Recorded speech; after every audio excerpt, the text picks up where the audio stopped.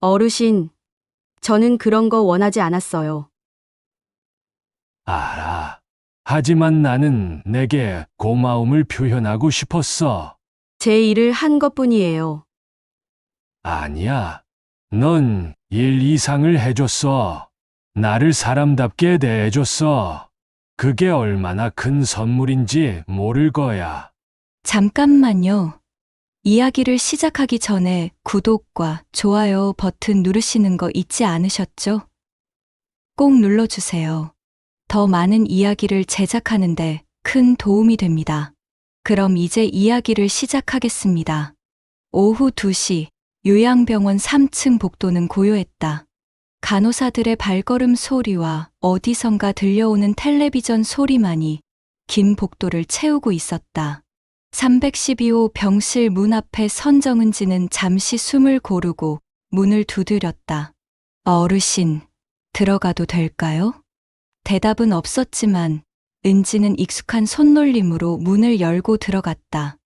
병실 안은 언제나처럼 햇살이 가득했다. 남향으로 난 큰 창문 덕분에 오후의 빛이 방 안 구석구석까지 닿았다. 침대에 누워있던 한기수는 눈을 감고 있었지만 은지가 들어오는 기척을 느꼈는지 천천히 눈을 떴다. 아, 은지 씨 왔구만. 주무셨어요? 깨워서 죄송해요. 아니야, 자는 건 아니었어. 그냥 눈을 감고 있었지. 은지는 가방을 의자에 내려놓고 침대 옆 탁자를 정리하기 시작했다. 아침에 먹다 남은 죽그릇, 물컵, 약봉지들이 어지럽게 놓여 있었다. 그녀의 손길은 빠르고 정확했다. 3년간 요양병원에서 일하며 몸에 밴 동작들이었다. 점심은 드셨어요? 반 정도 먹었나? 입맛이 없어서 말이야. 또 그러시면 어떡해요? 약 드시려면 밥을 드셔야죠. 은지는 부드럽게 타이르듯 말했지만 목소리에 강요는 없었다. 그녀는 환자를 다루는 법을 알고 있었다. 명령하듯 말하면 노인들은 더 고집을 부린다. 대신 걱정하는 마음을 담아 말하면 그들은 미안해하며 조금씩 마음을 연다. 한기수는 은지의 그런 점이 마음에 들었다. 지난 6개월간 자신을 돌본 3명의 간병인 중에서 은지가 가장 편했다. 첫 번째 간병인은 너무 무뚝뚝했고 두 번째는 지나치게 말이 많았다. 하지만 은지는 달랐다. 필요한 말만 했고 그 말들은 언제나 따뜻했다. 은지 씨는 참 신기해. 늘 미소를 짓고 있으니까. 그래요? 제가요? 응. 이 병원에 온 지 벌써 1년이 넘었는데 은지 씨 같은 사람은 처음이야. 은지는 잠시 손을 멈추고 창밖을 바라봤다. 병원 마당에는 은행나무 몇 그루가 서 있었고 가을 햇살을 받아 노란 잎들이 반짝였다. 그녀는 미소를 지었지만 그 미소 속에는 기수가 알 수 없는 무언가가 숨어 있었다. 저도 그냥 제 일을 할 뿐이에요. 특별한 건 없어요. 그래도 고마워. 진심이야. 은지는 대답 대신 고개를 끄덕였다. 그녀는 환자들의 감사 인사에 익숙했다. 하루에도 몇 번씩 듣는 말이었다. 하지만 한기수의 감사는 조금 달랐다. 그의 목소리에는 진심이 담겨 있었고 눈빛에는 외로움이 서려 있었다. 은지는 정리를 마치고 혈압계를 꺼냈다.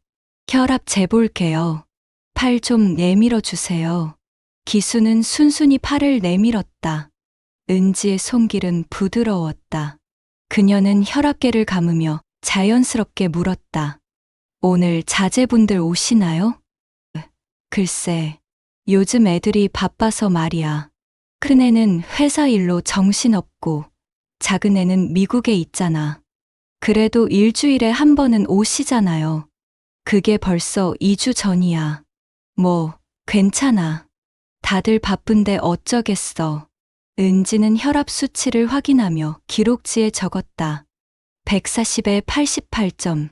조금 높은 편이었지만 위험한 수준은 아니었다. 조금 높네요. 스트레스 받으신 일 있으세요? 스트레스. 여기 누워서 뭔 스트레스를 받겠어. 그냥 생각이 많아서 그런가 봐.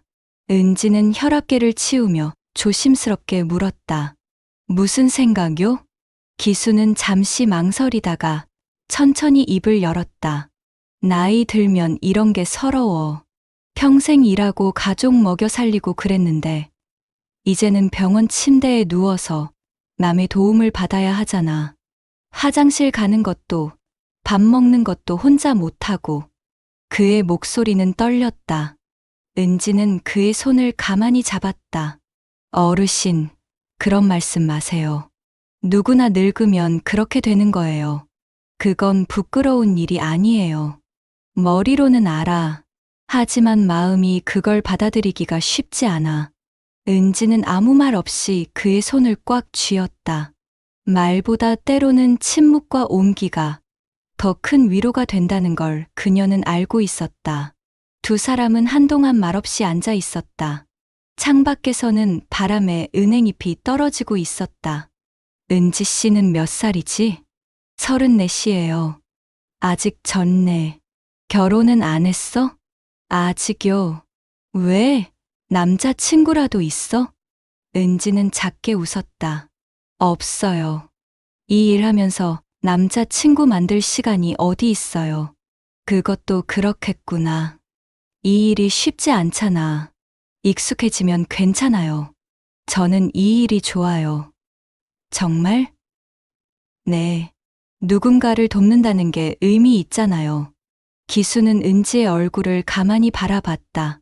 그녀의 표정은 진지했다. 거짓말이 아니었다. 이 젊은 여자는 정말로 이 일에 보람을 느끼고 있었다. 은지 씨, 고마워. 뭐가요? 그냥 나를 사람답게 대해줘서. 은지는 잠시 말을 잃었다. 그녀는 환자들로부터 수없이 많은 감사 인사를 들었지만 사람답게 대해줘서라는 말은 처음이었다. 그 말 속에는 기수가 얼마나 외롭고 쓸쓸한지가 고스란히 담겨 있었다. 어르신도 저를 사람답게 대해주세요. 그게 더 고마워요. 두 사람은 서로를 바라보며 미소 지었다. 그 순간 병실 안에는 묘한 공기가 흘렀다. 환자와 간병인이라는 관계를 넘어선 사람과 사람 사이의 온기였다. 오후 4시, 은지는 기수에게 약을 챙겨주고 물을 따라주었다. 기수는 힘겹게 상체를 일으켜 약을 삼켰다. 은지는 그의 등을 받쳐주며 천천히 눕도록 도왔다. 좀 쉬세요. 제가 옆에 있을게요. 은지 씨도 쉬어. 하루 종일 일만 하잖아. 괜찮아요. 저는 이런 게 익숙해요. 은지는 의자를 창가로 옮겨 앉았다. 그녀는 가방에서 책 한 권을 꺼냈다. 낡은 문고판 소설이었다. 기수는 그 모습을 바라보며 물었다. 무슨 책이야? 아, 그냥 소설이요. 시간 날 때 조금씩 읽어요. 읽어줄 수 있어? 은지는 고개를 들어 기수를 바라봤다. 제가요? 읽어드릴까요? 응. 목소리가 듣기 좋아서. 은지는 잠시 망설이다가 책을 펼쳤다. 그녀의 목소리가 조용히 병실을 채웠다. 기수는 눈을 감고 그 목소리에 귀를 기울였다. 은지의 목소리는 잔잔했지만 감정이 담겨 있었다. 마치 이야기 속으로 빨려 들어가는 것 같았다. 한참을 읽던 은지가 고개를 들었을 때 기수는 잠들어 있었다. 그의 얼굴은 평온했다. 은지는 조용히 책을 덮고 담요를 어깨까지 덮어주었다. 그리고는 다시 의자에 앉아 창밖을 바라봤다. 해가 서쪽으로 기울고 있었다. 마당에 은행나무 그림자가 길게 늘어났다. 은지는 문득 자신이 왜 이 일을 하는지 생각했다. 돈 때문만은 아니었다. 물론 생계를 위해 필요했지만 그것만으로는 설명할 수 없는 무언가가 있었다.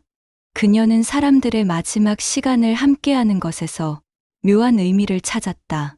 죽음을 앞둔 노인들은 대부분 외로웠다. 가족들은 바빴고 친구들은 이미 세상을 떠났거나 자신도 아팠다. 그들에게 남은 것은 병실과 기억뿐이었다. 은지는 그들의 마지막 시간을 조금이라도 따뜻하게 만들어주고 싶었다. 그것이 자신이 할 수 있는 작은 선행이라고 믿었다. 하지만 동시에 그녀는 알고 있었다. 자신도 이 일을 통해 무언가를 얻고 있다는 것을, 위로받고 있다는 것을. 오후 5시 기수가 깼다.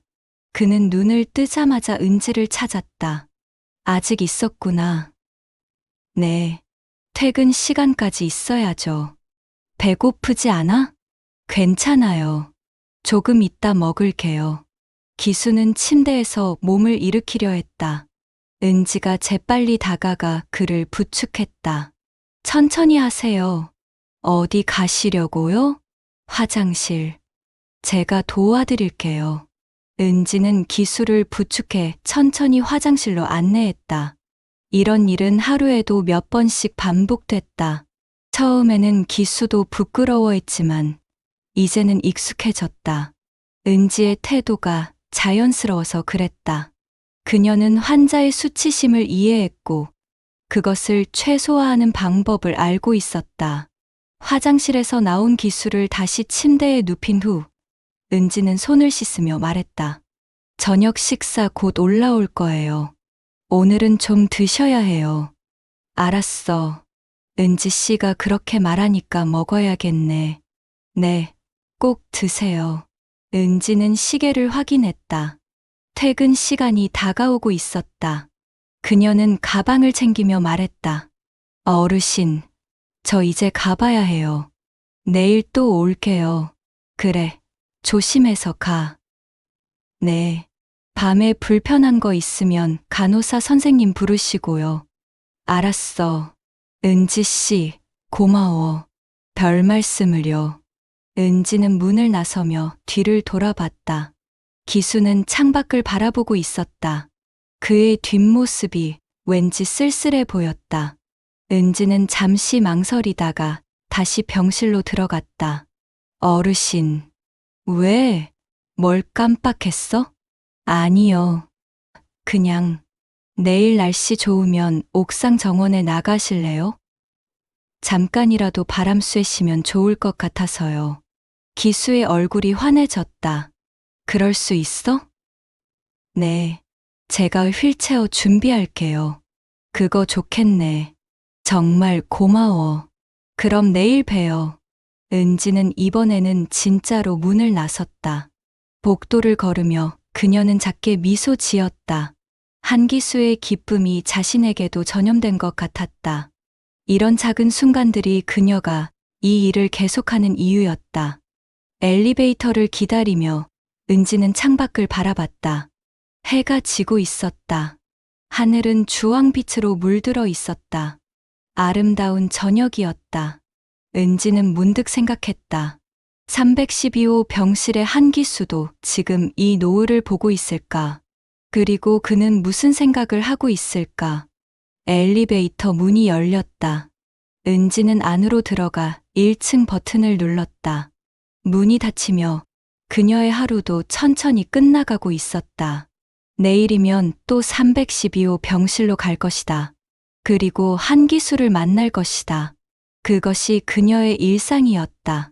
평범하지만 나름의 의미가 있는 일상이었다. 다음 날 아침, 은지는 평소보다 조금 일찍 병원에 도착했다. 어젯밤 약속한 옥상 정원 산책을 위해 휠체어를 미리 준비해두고 싶었다. 1층 로비에서 동료 간병인 미숙을 만났다. 은지야, 오늘 일찍 왔네? 응, 언니. 312호 어르신 모시고 옥상 나가기로 해서. 아, 한기수 할아버지. 좋으시겠다. 요즘 날씨 정말 좋잖아. 그러게. 오랜만에 바깥바람 쐬시면 기분 좋아하실 것 같아서. 미숙은 은지의 어깨를 툭 쳤다. 너 참 마음씨도 고와. 그냥 일만 하면 되는데 저렇게까지 신경 쓰고. 아니야. 그냥 어르신이 좋아하시면 나도 기분이 좋아서 그래. 그래도 조심해. 너무 정 주면 나중에 힘들어. 미숙의 말에는 경험에서 우러나온 조언이 담겨 있었다. 간병인으로 10년을 일한 그녀는 환자들과의 감정적 거리를 유지하는 법을 알고 있었다. 너무 가까워지면 그들이 떠날 때 상처받는다는 것을. 하지만 은지는 다른 생각이었다. 괜찮아, 언니. 나는 그게 좋아. 사람을 만나는 게 좋다고. 그래, 내 맘대로 해. 난 점심시간에 봐. 두 사람은 헤어졌고, 은지는 엘리베이터를 타고 3층으로 올라갔다. 복도는 조용했다. 아침 회진이 끝나고 환자들이 아침 식사를 하는 시간이었다.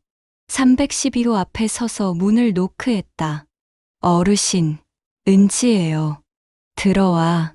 문을 열고 들어가자 기수는 벌써 침대에 앉아 있었다. 그의 얼굴에는 기대감이 가득했다. 일찍 왔구만. 혹시 나 때문에? 네. 휠체어 준비하려고요. 날씨 정말 좋아요. 오늘 나가시면 딱 좋을 것 같아요. 고마워. 사실 어젯밤부터 기다렸어. 은지는 미소 지으며 아침 식사 트레이를 정리했다. 기수는 오늘따라 밥을 거의 다 먹었다. 우와, 오늘 완전히 다 드셨네요. 기분 좋으시죠? 응. 오랜만에 밖에 나간다고 생각하니까 입맛이 살아나더라고. 그럼 이제부터 매일 나가실까요? 그래도 되나? 제가 시간 되면 모시고 나갈게요. 바깥바람 쐬시는 게 건강에도 좋아요. 기수의 눈가에 미세한 주름이 생기며 웃음이 번졌다.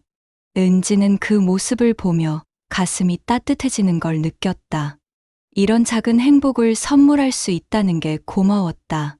1시간 후, 은지는 휠체어를 끌고 병실로 돌아왔다. 기수는 벌써 외출 준비를 하고 있었다. 오래된 가디건을 입고 손에는 모자까지 들고 있었다. 어머, 준비 다 하셨네요? 응, 너무 기다려져서 말이야. 은지는 조심스럽게 기수를 휠체어에 앉혔다. 그의 몸은 가벼웠다. 병으로 많이 야윈 탓이었다.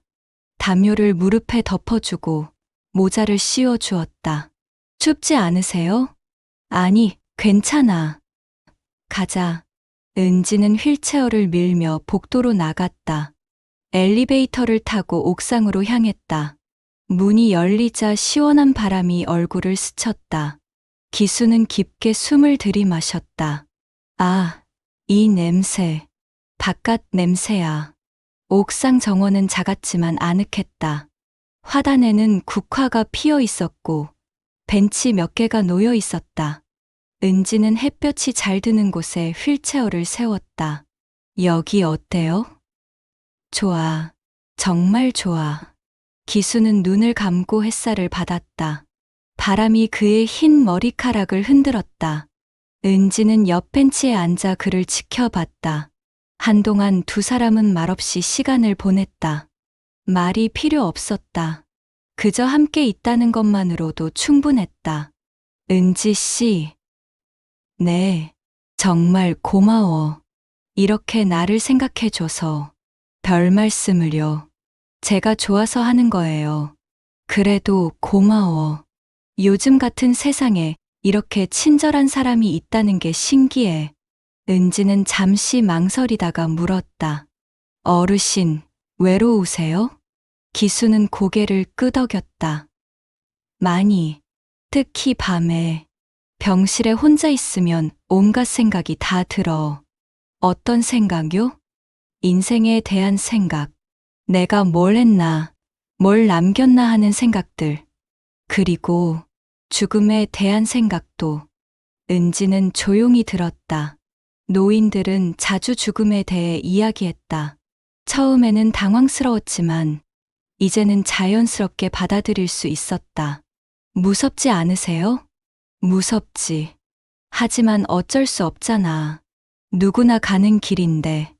가족분들이랑은 이런 얘기 안 하세요? 기수는 쓸쓸하게 웃었다. 애들한테 어떻게 그런 얘기를 해.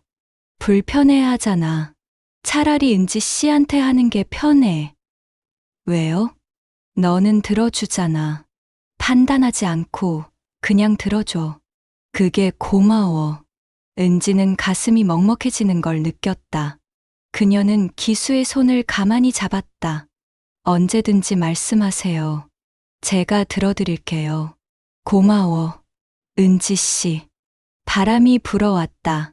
옥상 정원의 국화들이 흔들렸다. 멀리서 새소리가 들렸다. 도시 한복판의 병원이었지만 이 작은 공간만큼은 평화로웠다. 은지 씨, 너는 왜 이 일을 하게 됐어? 저요? 특별한 이유는 없어요. 그냥 누군가를 돕고 싶었어요. 하지만 이 일이 쉽지 않잖아. 힘들고 보수도 많지 않고. 맞아요. 하지만 의미가 있어요. 무슨 의미? 은지는 잠시 생각했다. 그녀는 이 질문을 자신에게도 여러 번 던졌었다. 사람들의 마지막을 함께 한다는 게 특별한 것 같아요. 누군가의 인생에서 중요한 순간에 함께 있을 수 있다는 게요. 그렇게 생각할 수도 있구나. 그리고 사실 저도 위로받아요. 내가 왜 어르신들한테 배우는 게 많거든요. 인생에 대해서, 사람에 대해서. 그게 저한테는 큰 선물이에요. 기수는 은지를 바라봤다. 그녀의 눈빛은 진지했다. 그는 이 젊은 여자가 단순히 돈을 벌기 위해 이 일을 하는 게 아니라는 걸 확신했다. 그녀에게는 진짜 마음이 있었다. 은지 씨, 너는 좋은 사람이야. 아니에요. 저도 그냥 평범한 사람이에요. 아니야. 요즘 세상에 내 같은 사람은 드물어. 두 사람은 다시 침묵에 빠졌다. 하지만 이번 침묵은 편안했다. 서로에 대한 이해와 신뢰가 쌓이고 있었다. 1시간쯤 지났을까? 은지는 시계를 확인하며 말했다. 어르신, 들어가실까요? 너무 오래 계시면 피곤하실 것 같아요. 그래, 그럼 들어가자. 오늘 정말 좋았어. 다음에 또 나와요. 그래, 꼭. 은지는 휠체어를 밀어 다시 병실로 돌아왔다. 기수를 침대에 눕히고 담요를 덮어주었다. 그의 얼굴에는 만족스러운 미소가 번져 있었다. 좀 쉬세요. 제가 점심 준비해 올게요. 응. 은지 씨도 밥 먹어. 네, 먹을게요. 은지가 문을 나서려는데 기수가 불렀다. 은지 씨. 네. 오늘 정말 고마웠어. 오랜만에 행복했어. 은지는 뒤돌아 미소 지었다. 저도 행복했어요, 어르신. 점심시간, 은지는 직원 식당에서 미숙과 마주쳤다. 어떻게 됐어? 옥상 다녀왔어? 응. 어르신이 정말 좋아하셨어. 그거 봐. 내가 뭘 했어. 너 같은 애들이 있어서 이 병원이 돌아가는 거야. 과찬이야, 언니. 아니야. 진심이야. 근데 너 조심해야 해. 뭘? 환자 가족들. 간혹 이상하게 보는 사람들 있어. 특히 돈 많은 환자들. 은지는 고개를 갸우뚱했다. 무슨 말이야? 간병인이 환자한테 잘해주면 유산 노린다고 생각하는 사람들 있다고. 실제로 그런 일도 있었어. 설마. 나는 그냥 내 일 하는 건데. 나도 알아. 하지만 세상 사람들은 다 내 마음 같지 않아. 조심하라는 거야.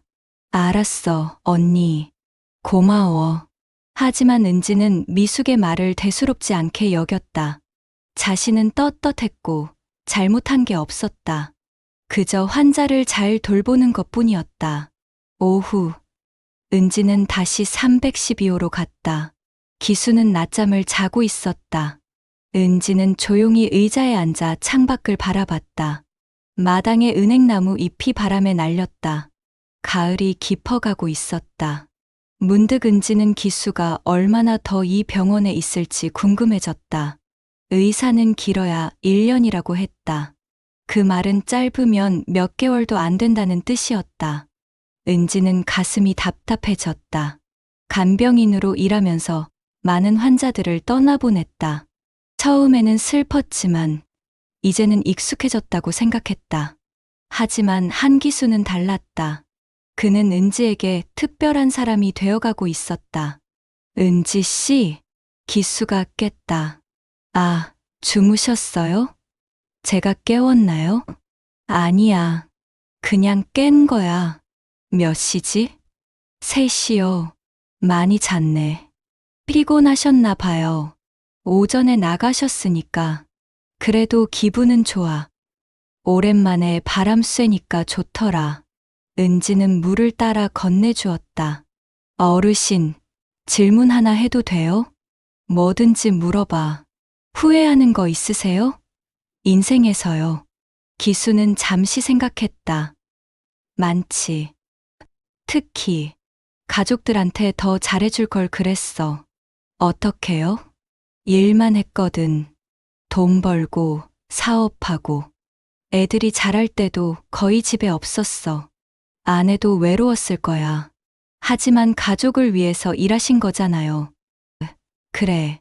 하지만 그게 전부가 아니었어. 솔직히 말하면 일이 좋아서 한 것도 있어. 집에 있는 것보다 회사에 있는 게 편했거든. 그래도 자제분들 잘 키우셨잖아요. 물질적으로는 그랬지. 하지만 정서적으로는. 글쎄, 애들이 나를 아버지로 존경하는지 아니면 그냥 돈 많은 노인으로 보는 건지 모르겠어. 은지는 그의 손을 잡았다. 분명 사랑하실 거예요. 가족이잖아요. 그랬으면 좋겠어. 하지만 가끔은 확신이 안 서. 왜요? 요즘 애들이 나를 보는 눈빛이 걱정보다는 부담스러워 보여. 내가 언제 죽을까? 유산은 얼마나 될까? 그런 생각하는 것 같아. 그렇게 생각하지 마세요. 그래. 안 그러려고 노력해. 하지만 쉽지 않아. 은지는 마음이 아팠다. 기수의 외로움이 전해졌다. 가족이 있어도 외로운 노인. 그것이 현대 사회의 슬픈 초상이었다. 어르신, 제가 있잖아요. 제가 옆에 있을게요. 기수는 은지를 바라봤다. 그의 눈에 눈물이 맺혔다. 고마워. 은지 씨. 정말 고마워. 두 사람은 손을 맞잡은 채 오랫동안 말이 없었다. 창밖에서는 해가 서쪽으로 기울고 있었다. 병실은 주황빛으로 물들었다. 그 순간 환자와 간병인이라는 관계를 넘어선 무언가가 두 사람 사이에 흐르고 있었다. 그것은 사랑도 우정도 아니었다. 그저 사람과 사람 사이의 깊은 연민과 이해였다. 외로운 두 영혼이 서로를 위로하는 순간이었다. 저녁이 되었다. 은지는 퇴근 시간이 다가왔지만 일어서지 않았다. 기수도 그녀가 가기를 원하지 않는 것 같았다. 은지 씨, 오늘 하루 정말 좋았어. 저도요, 어르신. 내일도 올 거지? 당연하죠. 매일 올게요. 고마워. 은지는 천천히 일어섰다. 가방을 메고 문으로 걸어갔다. 문 앞에서 뒤돌아보니 기수가 손을 흔들고 있었다. 은지도 손을 흔들어 답했다. 복도로 나온 은지는 깊은 숨을 쉬었다. 오늘은 특별한 하루였다. 단순히 일을 한 게 아니라 한 사람의 마음을 어루만진 하루였다. 그리고 자신도 위로받은 하루였다. 엘리베이터를 타고 내려가며 은지는 생각했다. 이 관계가 어디로 갈지는 몰랐다. 하지만 지금 이 순간만큼은 서로에게 필요한 사람이었다. 그것으로 충분했다. 1층에 내려 병원 밖으로 나가자 찬바람이 불었다. 은지는 옷깃을 여미며 집으로 향했다. 하늘에는 별이 떠오르고 있었다. 내일도 312호에 갈 것이다. 그리고 한기수를 만날 것이다. 그 생각만으로도 은지는 미소 지었다. 2주가 흘렀다. 은지와 기수의 일상은 조용히 흘러갔다. 매일 오전 10시면 은지가 병실에 들어왔고 날씨가 좋으면 두 사람은 옥상 정원으로 나갔다. 대화는 많지 않았지만 침묵조차 편안했다. 그들은 서로의 존재만으로 위로받는 관계가 되어가고 있었다. 하지만 그날은 달랐다. 금요일 오후, 은지가 병실에서 기수와 채스를 두고 있을 때 문이 열렸다. 50대 중반의 남자가 들어섰다. 깔끔한 정장 차림에 날카로운 눈빛을 가진 사람. 한도윤, 기수의 장남이었다. 아버지, 도윤아, 왔구나. 기수의 목소리에는 기쁨보다 긴장이 섞여 있었다. 은지는 재빨리 자리에서 일어났다. 안녕하세요. 저는 간병인 정은지입니다. 도윤은 은지를 위아래로 훑어봤다.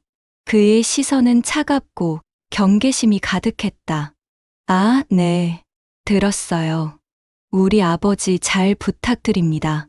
말은 공손했지만 목소리에는 감정이 없었다.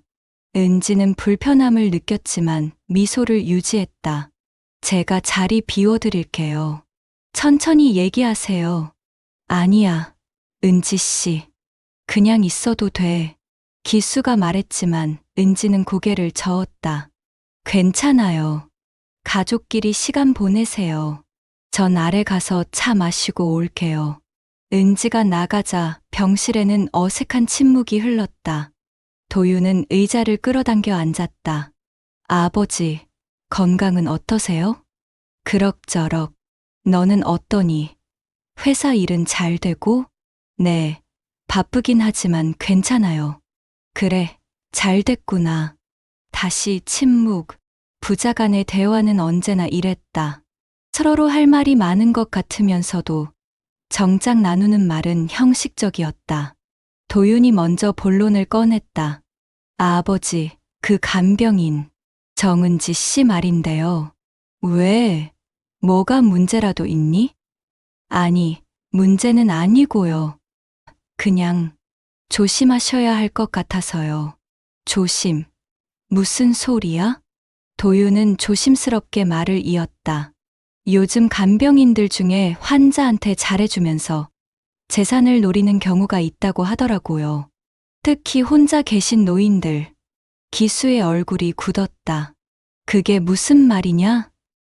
은지 씨가 그런 사람이라는 거냐?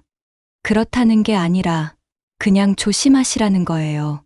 너무 친하게 지내시면. 도윤아. 기수의 목소리가 낮아졌다. 나는 78년을 살았어. 사람 보는 눈 정도는 있다고 생각해. 은지 씨는 그런 사람이 아니야. 아버지도 사람이잖아요. 외로우시니까 판단력이 흐려질 수도 있죠. 외로우면 판단력이 흐려진다고. 그럼 내가 자주 와서 나를 외롭지 않게 해주면 되는 거 아니냐? 도윤은 입을 다물었다. 아버지의 말이 가슴에 박혔다. 하지만 그는 변명하지 않았다. 대신 다른 이야기를 꺼냈다. 아버지, 유원장은 정리하셨어요? 왜 그걸 지금 물어? 그냥 준비해 두시는 게 좋을 것 같아서요. 준비는 이미 돼 있어. 변호사한테 맡겨뒀다. 제가 한번 봐도 될까요? 왜? 내 몫이 얼마나 되는지 확인하고 싶어. 아버지, 그런 뜻이 아니에요. 그럼 무슨 뜻이야? 도윤은 한숨을 쉬었다. 아버지, 저는 아버지가 걱정돼서 그래요. 그 간병인이 혹시라도. 그만해. 기수의 목소리가 단호했다. 은지 씨는 나를 돌봐주는 고마운 사람이야. 내가 하지 못하는 일을 대신 해주고 있어. 그런 사람을 의심하는 건 옳지 않아. 하지만, 됐어. 더 이상 이 얘기하고 싶지 않다. 병실에 무거운 침묵이 내려앉았다. 도윤은 더 이상 말하지 않았다. 그는 30분쯤 더 앉아 있다가 일어섰다. 그럼 저는 이만 가볼게요. 다음 주에 또 올게요. 그래, 조심해서 가거라. 도윤이 나간 후 기수는 깊은 한숨을 쉬었다. 가슴이 답답했다. 아들의 말이 틀린 건 아니었다. 세상에는 나쁜 사람들도 있었다. 하지만 은지는 달랐다. 그는 확신했다. 20분 후 은지가 병실로 돌아왔다. 그녀는 기수의 표정을 보고 무언가 있었다는 걸 눈치챘다. 어르신, 괜찮으세요? 응, 괜찮아. 얼굴이 안 좋아 보이는데요. 기수는 잠시 망설이다가 솔직하게 말했다. 도윤이가 은지 씨 얘기를 했어. 무슨 얘기요? 너무 조심하라고. 간병인들 중에 나쁜 사람도 있다고. 은지의 표정이 굳었다.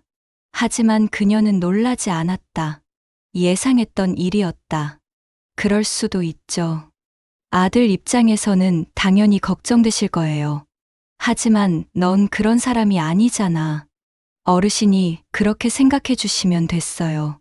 다른 사람들이 뭐라고 하든 상관없어요. 미안해, 은지 씨.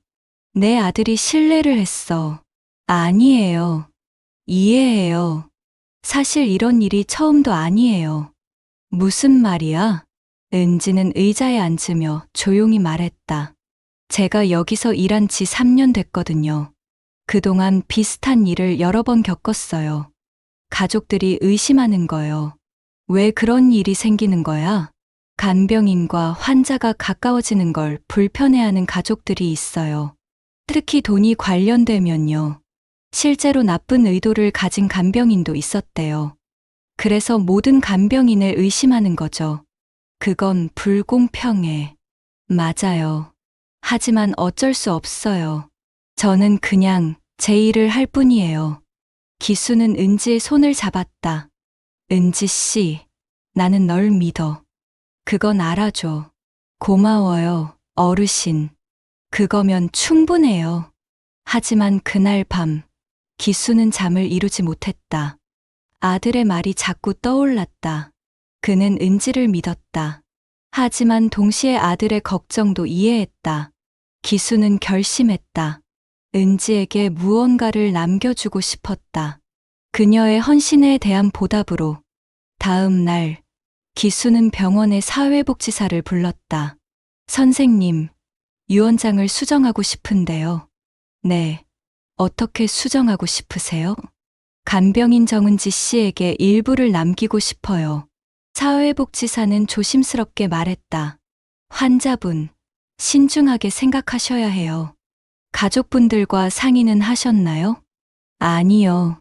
하지만 이건 제 결정이에요. 그래도 가족분들께 말씀드리시는 게 필요 없어요. 이건 내 재산이고 내 결정이에요. 사회복지사는 더 이상 말리지 않았다. 그녀는 변호사를 연결해 주었고, 기수는 유언장을 수정했다. 전체 재산의 5%를 은지에게 남기기로 했다. 큰 금액은 아니었지만 그녀의 미래에 도움이 될 만한 액수였다. 일주일 후 소문이 퍼졌다. 병원 직원들 사이에서 312호 환자가 간병인에게 유산을 남긴다는 이야기가 돌았다. 누가 흘렸는지는 몰랐지만 소문은 빠르게 번졌다. 은지는 복도에서 다른 간병인들의 수근거림을 들었다. 저 사람 정말 대단하네. 환자한테 잘 보이더니 유산까지 받는데 나도 그렇게 할 걸 그랬나? 부럽다. 쉿, 저기 온다. 은지가 지나가자 사람들은 입을 다물었다. 하지만 그들의 시선은 차갑고 날카로웠다. 은지는 가슴이 답답했다. 자신은 아무것도 요구하지 않았다. 그저 환자를 정성껏 돌봤을 뿐이었다. 은지는 312호로 향했다. 문을 열고 들어가자 기수가 불안한 표정으로 앉아 있었다. 은지 씨, 미안해. 무슨 일이에요? 소문 들었지? 유언장 얘기. 은지는 고개를 끄덕였다. 네, 들었어요. 내가 조용히 하려고 했는데 어떻게 새나갔는지 모르겠어. 정말 미안해. 어르신이 미안해 하실 일이 아니에요. 하지만 내가 힘들어질 텐데. 은지는 침대 옆에 앉았다. 어르신, 솔직히 말씀드릴게요. 저는 그런 거 원하지 않았어요. 알아. 나도 알아. 하지만 나는 내게 고마움을 표현하고 싶었어. 제 일을 한 것뿐이에요. 보답받을 이유가 없어요. 아니야. 넌 일 이상을 해줬어. 나를 사람답게 대해줬어. 그게 얼마나 큰 선물인지 모를 거야. 은지는 눈물이 핑 돌았다. 어르신, 은지 씨, 나는 얼마 못 살아. 의사가 그러더라. 길어야 6개월이라고. 내가 떠난 후에 내가 조금이라도 편하게 살았으면 좋겠어. 그런 말씀 하지 마세요. 어르신은 훨씬 더 오래 사실 거예요. 아니야. 나는 알아. 내 몸은 내가 제일 잘 아니까. 그러니까 내 부탁 하나만 들어줘. 무슨 부탁이요? 유 원장 그대로 두게 해줘. 그게 내 마지막 소원이야. 은지는 말없이 눈물을 흘렸다. 기수의 손을 꽉 잡았다. 그날 오후 병원장이 은지를 호출했다. 정은지 씨, 앉으세요. 네, 원장님. 병원장은 심각한 표정으로 말했다. 312호 환자분 얘기인데요. 소문 들었죠? 네. 가족분들에게서 항의가 들어왔어요. 간병인이 환자를 이용한다고요. 저는 그런 적 없습니다. 나도 믿어요. 하지만 병원 입장에서는 문제가 돼요. 다른 환자 가족들도 불안해하고 있고요. 그럼 어떻게 하라는 말씀이세요? 병원장은 한숨을 쉬었다. 정 씨를 다른 병동으로 옮기는 게 좋겠어요. 잠시만요. 사태가 진정될 때까지만. 안 됩니다. 정 씨, 어르신은 저를 필요로 하세요. 지금 제가 떠나면 어르신이 얼마나 힘들어 하실지 아세요? 알아요. 하지만 이건 병원의 결정이에요. 이건 불공평합니다. 저는 잘못한 게 없어요. 나도 알아요. 하지만 어쩔 수 없어요. 미안합니다. 은지는 병원장실을 나와 복도에 주저앉았다. 눈물이 주체할 수 없이 흘렀다. 왜 이렇게 된 걸까? 자신은 그저 환자를 정성껏 돌봤을 뿐인데 왜 그것이 죄가 되는 걸까? 그날 저녁 은지는 기수에게 말했다. 어르신, 저 다른 병동으로 가게 됐어요. 기수의 얼굴이 창백해졌다. 뭐라고? 왜? 병원 측 결정이에요. 어쩔 수 없어요. 안 돼. 나는 은지 씨가 필요해. 저도 어르신 곁에 있고 싶어요. 하지만 이렇게 된 이상 어쩔 수 없어요. 기수는 침대에서 일어나려 했다. 내가 병원장한테 얘기하겠어. 이건 말도 안 돼. 어르신, 괜찮아요. 몸 조심하세요. 괜찮을 리가 없잖아. 기수의 목소리가 떨렸다. 은지는 그를 부축해 다시 눕혔다. 어르신, 진정하세요. 제가 떠나도 어르신은 잘 지내실 거예요. 다른 좋은 간병인이 올 거예요. 나는 다른 사람 필요 없어. 은지 씨가 필요하다고. 어르신. 두 사람은 한동안 말없이 울었다. 그들은 알고 있었다. 이것이 이별의 시작이라는 것을. 세상은 그들의 순수한 관계를 이해하지 못했다. 그저 의심과 편견으로만 바라봤다. 밤이 깊어갔다. 은지는 기수의 손을 잡은 채 창밖을 바라봤다. 별이 빛나고 있었다. 저 별처럼 그들의 인연도 멀리서 빛나고 있었다. 하지만 곧 사라질 빛이었다. 은지 씨, 네, 어르신. 고마웠어. 정말 고마웠어. 저야말로 고마웠어요. 어르신 덕분에 많이 배웠어요. 뭘 배웠는데? 사람의 마음이요. 진심이 뭔지요. 기수는 은지의 손을 꽉 쥐었다. 그것이 그들이 나눌 수 있는 마지막 온기였다. 월요일 아침, 은지는 5층 병동으로 배치되었다. 새로운 환자는 80대 여성으로 치매를 앓고 있었다. 은지는 최선을 다해 그녀를 돌봤지만 마음 한구석은 늘 312호를 향해 있었다. 기수 어르신은 잘 지내고 있을까? 새로운 간병인은 제대로 돌보고 있을까? 점심시간, 은지는 식당에서 미숙을 만났다. 은지야, 괜찮아? 응, 언니, 괜찮아. 거짓말. 얼굴에 다 써 있어. 은지는 작게 웃었다. 티나. 당연하지. 312호 어르신 보고 싶지. 응. 많이. 내가 오늘 아침에 봤는데 새로운 간병인이 돌보더라. 40대 아줌마. 잘 돌봐주려나? 글쎄. 근데 어르신 표정이 안 좋아 보이더라. 많이 수척해지신 것 같아. 은지의 가슴이 철렁했다. 많이 아프신가 봐. 아마도. 은지야, 너 한번 가보는 게 어때? 안 돼. 병원에서 금지했어. 몰래 가면 되잖아. 잠깐만. 은지는 고개를 저었다. 어르신한테 더 피해가 갈까봐. 그냥 여기서 기도하는 수밖에. 하지만 그날 오후, 은지는 자신도 모르게 3층으로 발걸음을 옮겼다. 312호 앞에 섰지만 문을 두드릴 용기가 나지 않았다.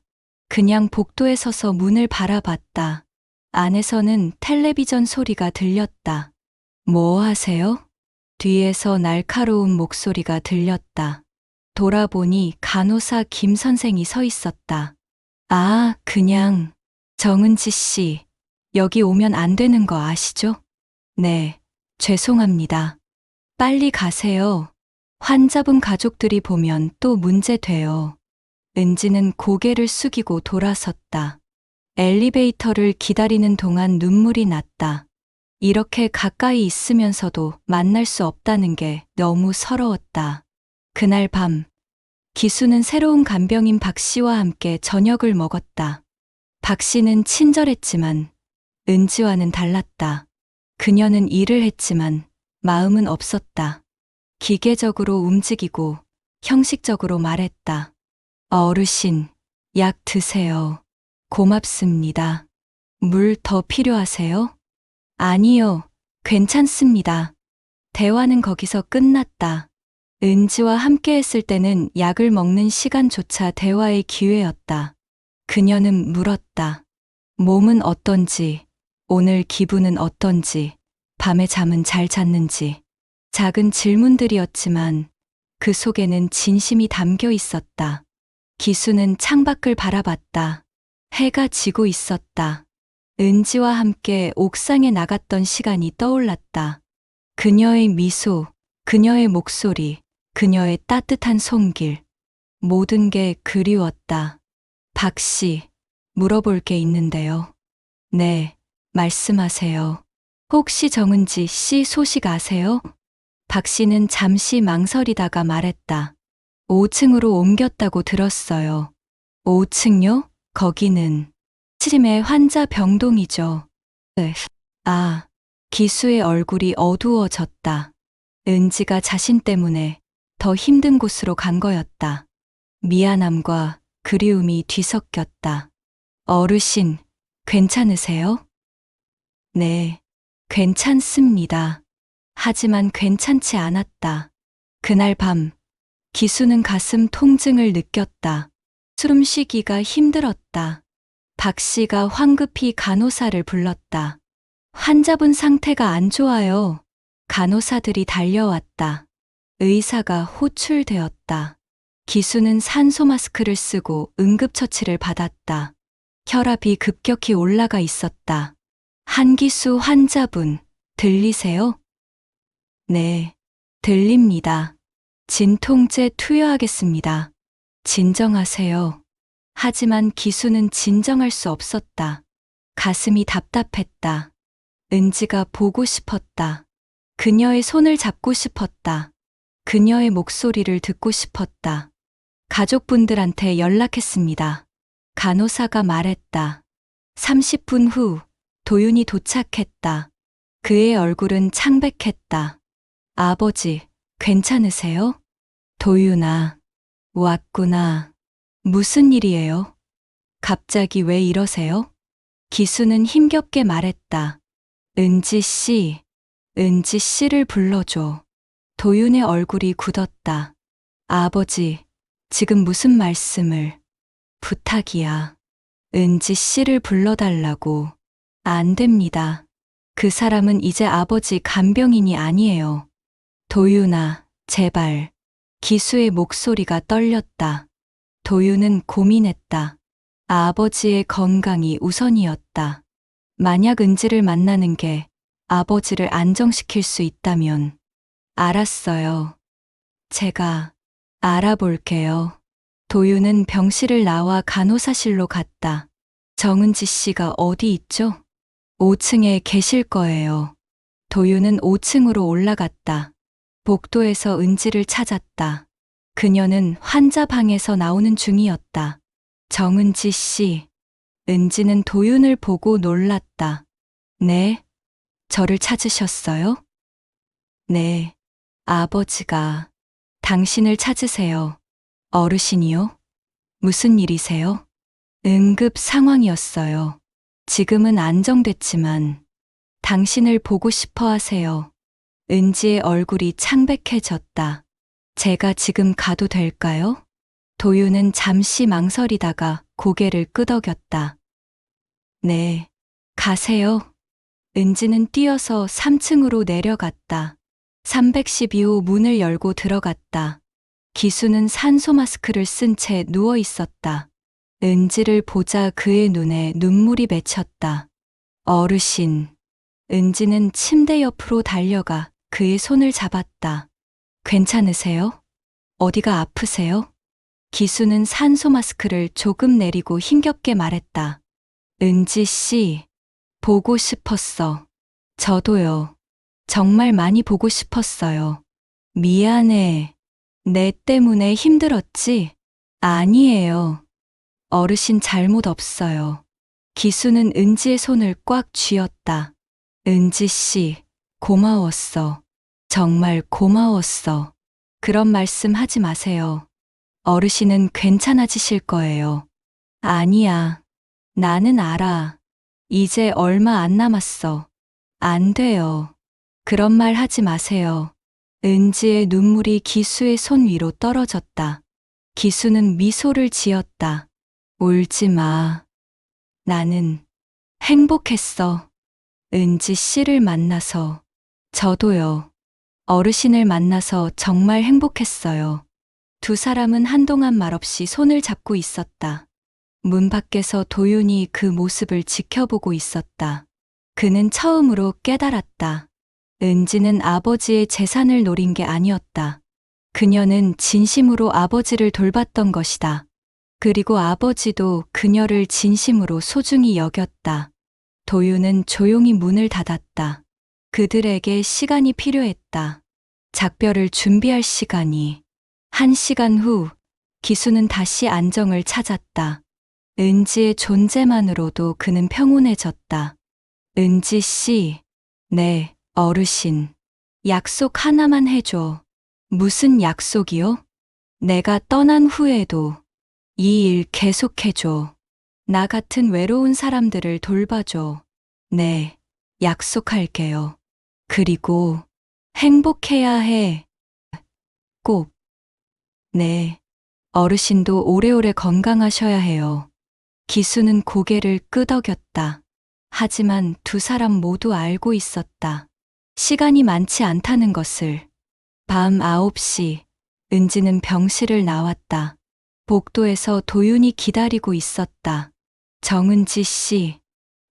네, 죄송합니다. 은지는 고개를 들었다. 당신을 오해했어요. 당신은 진심이었군요.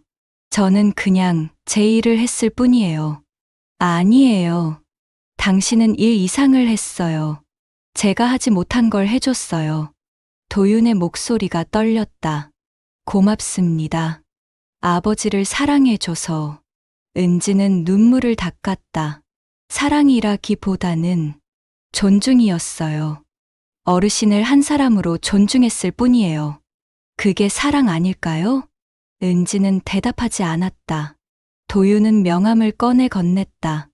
혹시 아버지한테 무슨 일 생기면 연락 주세요. 그리고 다시 아버지를 돌봐주실 수 있나요? 하지만 병원에서 제가 병원장한테 얘기할게요. 아버지가 당신을 원하세요.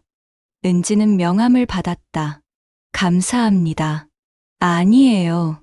제가 감사드려야죠. 두 사람은 고개를 숙여 인사했다.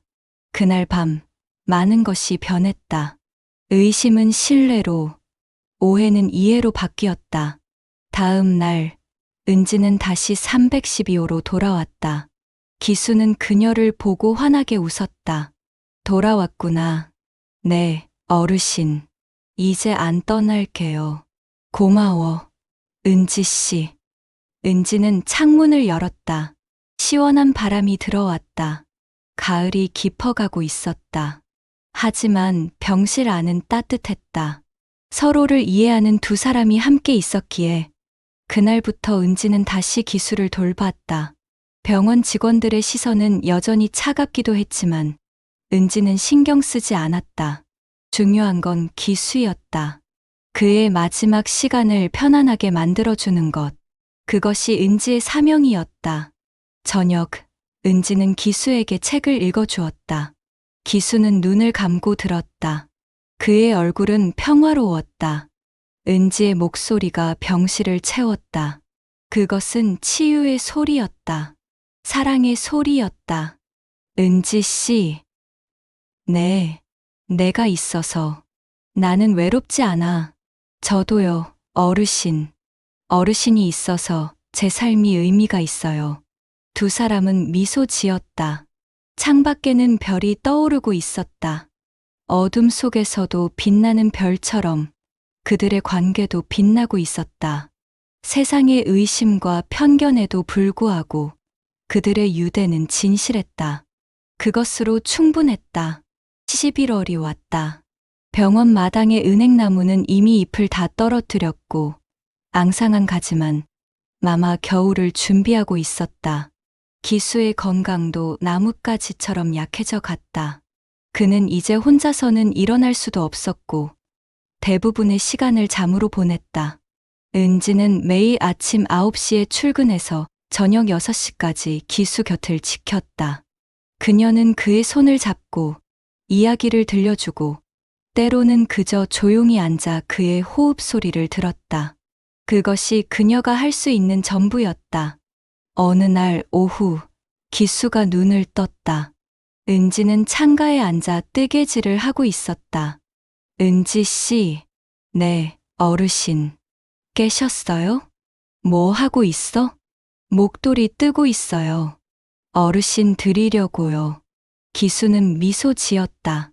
고마워. 하지만 내가 그걸 쓸 수 있을까? 은지는 뜨개질을 멈추고 침대로 다가갔다. 물론이죠. 날씨 추워지면 옥상 나가실 때 필요하잖아요. 은지 씨. 네. 거짓말 안 해도 돼. 나도 알아.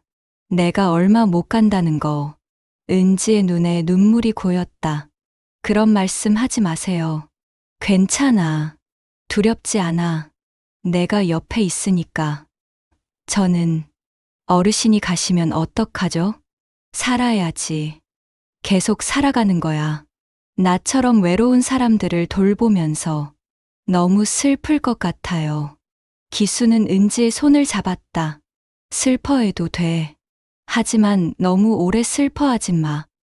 나는 행복했어. 마지막에 널 만났으니까. 은지는 울음을 참지 못하고 기수의 손에 얼굴을 묻었다. 어르신, 사랑해요. 나도 사랑해, 은지 씨. 딸처럼. 두 사람은 한동안 그렇게 있었다. 말이 필요 없었다. 서로의 존재만으로 충분했다. 저녁 무렵, 도윤이 병실에 들어왔다. 그는 요즘 자주 병원을 찾았다. 아버지와의 시간이 얼마 남지 않았다는 걸 알았기 때문이다. 아버지, 어떠세요? 도윤아, 왔구나. 오늘은 일찍 왔네. 회의를 일찍 끝냈어요. 아버지 보고 싶어서요. 기수는 아들의 손을 잡았다. 고맙다, 도윤아. 제가 죄송해요, 아버지. 그동안 자주 못 와서. 괜찮아. 내가 바쁜 거 아는데. 그리고 이제는 자주 오잖아. 도윤은 은지를 바라봤다. 은지 씨, 감사합니다. 아버지 잘 돌봐주셔서 제 일일 뿐이에요. 아니에요. 당신은 가족보다 더 잘해주셨어요. 은지는 자리에서 일어났다. 두 분 이야기하세요. 저는 잠깐 나갔다 올게요. 은지가 나간 후 부자는 마주 앉았다. 도윤은 아버지의 손을 꽉 쥐었다. 아버지, 하고 싶은 말씀 있으세요? 있지. 많이. 말씀하세요. 도윤아, 미안하다. 왜요? 좋은 아버지가 못 돼서. 내가 어릴 때 많이 놀아주지 못했어. 일만 했지. 아니에요, 아버지. 아버지는 최선을 다하셨어요. 그래도 후회는 돼. 너와 더 많은 시간을 보낼 걸 그랬어. 도윤의 눈에서 눈물이 흘렀다. 아버지, 저도 미안해요. 제가 더 자주 올 걸 그랬어요. 아버지가 외로우신 줄 알면서도.